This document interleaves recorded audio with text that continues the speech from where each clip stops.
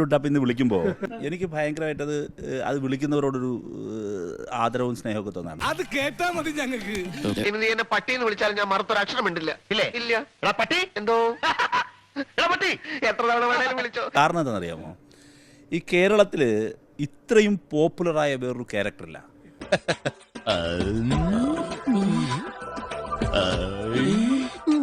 ഇത് വിളിക്കൂ എന്ന് പറയുന്നുണ്ട്, മനസ്സിലായില്ലേ? 2 വിളിയുണ്ട് പറയുന്നത്. അപ്പോൾ ഈ വിളിക്കുമ്പോൾ പ്രശ്നം അറിയാമോ? ഇവർ ഇട്ട പേര് മാറിപ്പോയി. നല്ല പേരാണ്. പൊട്ടന്ന ലോക പൊട്ടനാണ്. പൊട്ടന്ന ലോക പൊട്ടൻ. ലോക പൊട്ടനാണ്. ലുട്ടാപ്പിന്റെ നിറം മാറ്റാൻ നോക്കി, അതിനെ പിൻവലിക്കാൻ നോക്കി, ജനം സമ്മതിക്കുന്നില്ല. സത്യം പറ, ഞാൻ ആരുമല്ല. നീ എന്റെ കഞ്ഞിയിൽ പാറ്റിടാൻ വന്നവനല്ലടാ. പോപ്പുലറാണ്, പോപ്പുലറാണ്.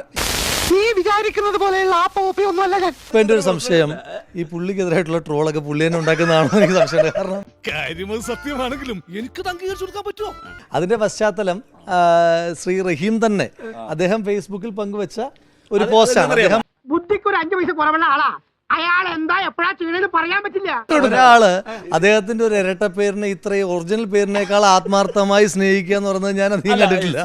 ലക്ഷത്തിൽ 1 കാണും ഇതുപോലൊരു ഐറ്റം.